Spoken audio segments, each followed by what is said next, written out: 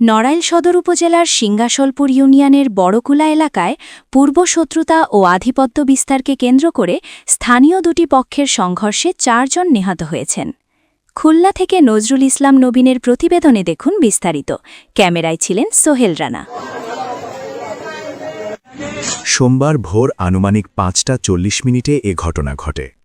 স্থানীয় সূত্রে জানা গেছে, সাবেক চেয়ারম্যান খায়ের গ্রুপ ও খলিল গ্রুপের মধ্যে দীর্ঘদিন ধরে বিরোধ চলছিল।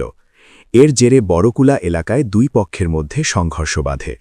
নিহতরা হলেন উপজেলার বড়কুলা গ্রামের খলিল গ্রুপের রহমান খলিল, তার ছেলে তাহাজ্জুদ হোসেন, একই গ্রুপের ফেরদাউস হোসেন এবং সাবেক চেয়ারম্যান খায়ের গ্রুপের ওসিবুর মিয়া।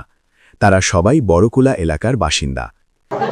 যে রাত ৩টার সময় মহিলারা চেয়ারের কাছে উঠছে, রান্না করতে উঠতেছে, কিন্তু অটোমেটিক ৩ থেকে ৩.৫ লোক এসে হামলা করছে। ঘর জিজ্ঞেস করছে কারা, আপনার সরকারি লোক, দরজা খোলেন।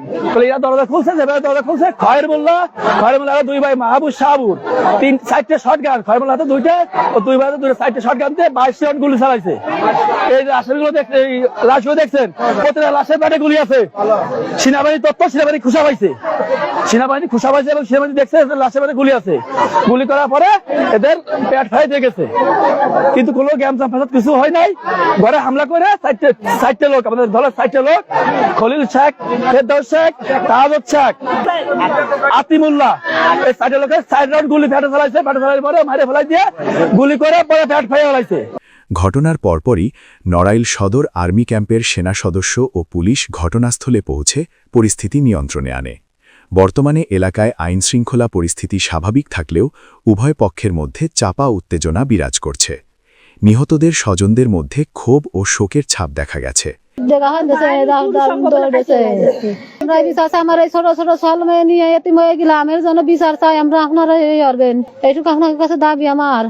যে কোনো সময় পুনরায় সংঘর্ষের আশঙ্কা থাকায় এলাকায় অতিরিক্ত পুলিশ মোতায়েন ও টহল জোরদার করা হয়েছে। তো আমাদের বাড়ি খোড়েলায় আমরা দেখতে আইছি, আমরা যেটুকু জানি, আমাদের সহির সামনে যেটুকু হয়েছে, এরা চেরি খাওয়ার সময় উঠেছে ভাই, বলতেছে ভাই এদিকে আসো। আইসে প্রথম আমার ওই ভূত বাড়িটারে আগে মারিছে, জামাইরা এইখানে মার্ডার করেছে। আমরা সুস্থ বিচার চাই। এর বিচার কি এইরকম জীবনে মানুষের সাথে শত্রুতা তো মানুষ করে না। আমার আপন ভূত ভাই, আমার ভূদান, একে বিচার চাই, সুস্থ বিচার চাই।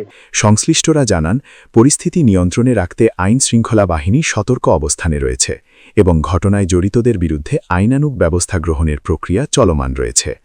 স্থানীয় প্রশাসন বলছে, সহিংসতা এড়াতে সংশ্লিষ্ট এলাকায় নজরদারি বাড়ানো হয়েছে। পরিস্থিতি স্বাভাবিক রাখতে প্রয়োজনীয় সব ধরনের পদক্ষেপ নেওয়া হবে।